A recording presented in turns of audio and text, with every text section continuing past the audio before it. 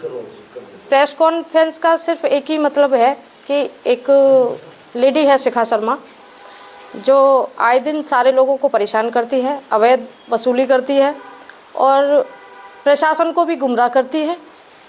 Daily की झूठी खबरें, मतलब प्रशासन को गुमराह करके झूठी खबरों पे मतलब उनको भगाना, सब पर आरोप लगाना, प्रत्यारोप लगाना। और वो ऐसे किस्म की महिला है जिस पे पहले से ही कोर्ट ने 420 के मुकदमे दर्ज कर रखे हैं। इसके बाद भी वो बाज नहीं आ रही है अपने षड्यंत्रों से। इससे परेशान होकर हमने प्रेस वार्ता की है, क्योंकि अभी कुछ दिन पहले मेरे पे एक 307 का मुकदमा दर्ज हुआ है। उसको लेकर उसने काफ़ी घिनौने मेरे पे इल्ज़ाम लगाए हैं, आरोप लगाए हैं। तो इस प्रेस वार्ता के माध्यम से मैं अपने आरोपों को और जितने भी मतलब जो गलत तरीके से मेरे पे अवैध वसूली करना या भूमाफिया किस्म की हूँ मैं, या किसी भी चीज़ को लेके मैं अपने आरोपों को सिद्ध करना चाह रही हूँ, मतलब उनको अपने ऊपर से हटाना चाहती हूँ प्रेस वार्ता के माध्यम से। इसलिए मैं सारे पत्रकार भाइयों का धन्यवाद भी देना चाहती हूँ कि उन्होंने मुझे इस काबिल समझा और उन्होंने मुझे बात रखने का। किस तरीके के आरोप आपके ऊपर लगाए गए?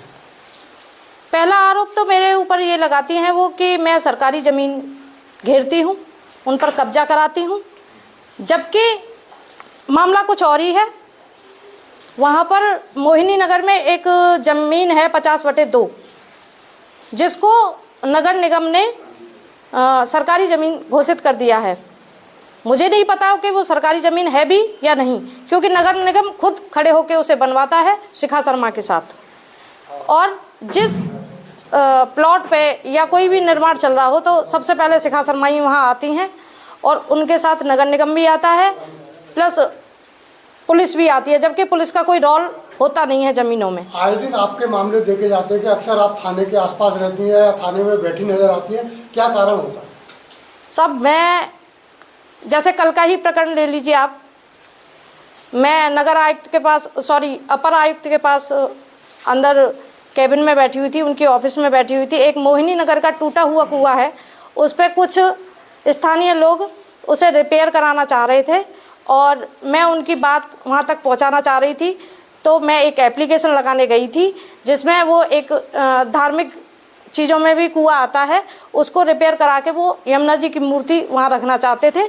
लेकिन जैसे ही मैं वहाँ बैठी तो मेरे पे एक तरीके से मतलब मुझे समझ में ही नहीं आया। अपर आयुक्त के पास मैं वहाँ बैठी हूँ, किसी अधिकारी के पास अंदर बैठी हुई हूँ, और एकदम से 2-4 गुंडे लेके आती है और उसमें 2 कांस्टेबल भी होते हैं।